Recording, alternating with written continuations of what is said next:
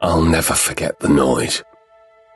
It was like a thunderstorm had suddenly sprung into existence, and our first 5 ranks were completely cut down, dead to a man, without even the time to scream.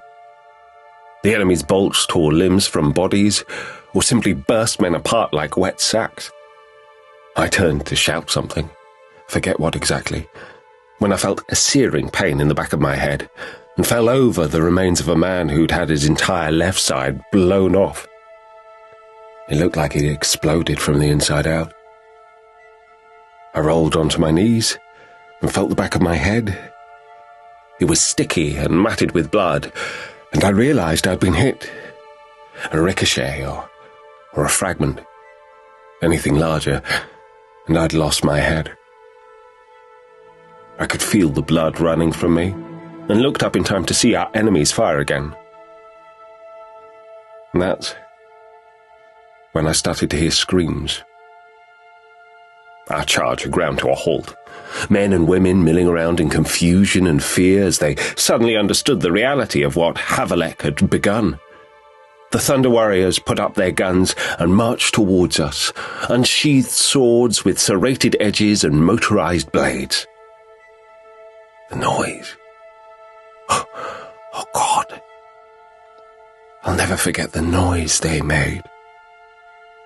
A roar, like something out of a nightmare. We were already beaten. Their first volley had broken us, and I saw Havelek lying dead in the middle of the field.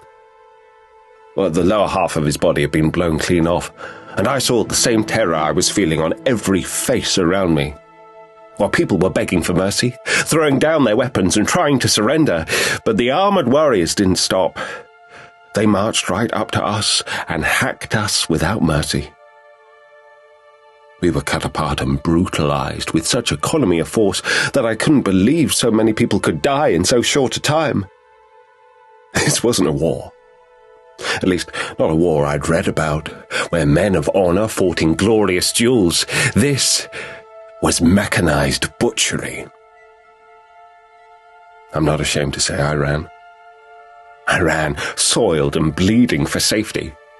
I ran like all the demons of legend were after me, and all the time I was hearing the awful sound of people dying, the wet sound of flesh splitting open, and the stench of voided bowels and opened bellies. I can't remember anything much of my flight. Just random flashes of dead bodies and screams of pain. I ran until I couldn't run anymore, and then I crawled through the mud until I lost consciousness. And when I woke, which I was surprised I did at all, I saw it was dark. Pyres had been lit, and the victory chants of the Thunder Warriors drifted over the killing field. Havelek's army had been destroyed. Not routed or put to flight. Destroyed. In less than an hour, 50,000 men and women had been killed. I think I knew even then that I was the only survivor.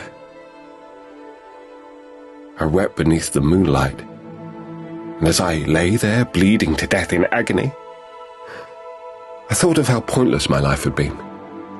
The heartbreak and ruin I'd visited upon others in my reckless pursuit of hedonism and self-interest. I wept for my family and myself, and that was when I realized I wasn't alone. Who was with me, you ask? The power of the divine.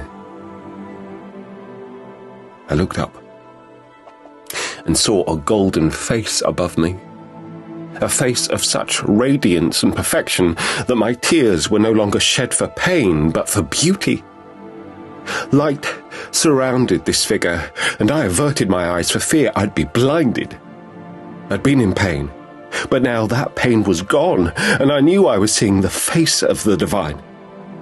I couldn't describe that face to you, not with all the poetic images in the world at my disposal, but it was the most exquisite thing I have ever seen. I felt myself lifted up, and I thought that this was the end for me. And then the face spoke to me. I knew I was destined to live. He said, "Why do you deny me? Accept me, and you will know that I am the only truth and the only way." I couldn't reply. To utter any words would have been base.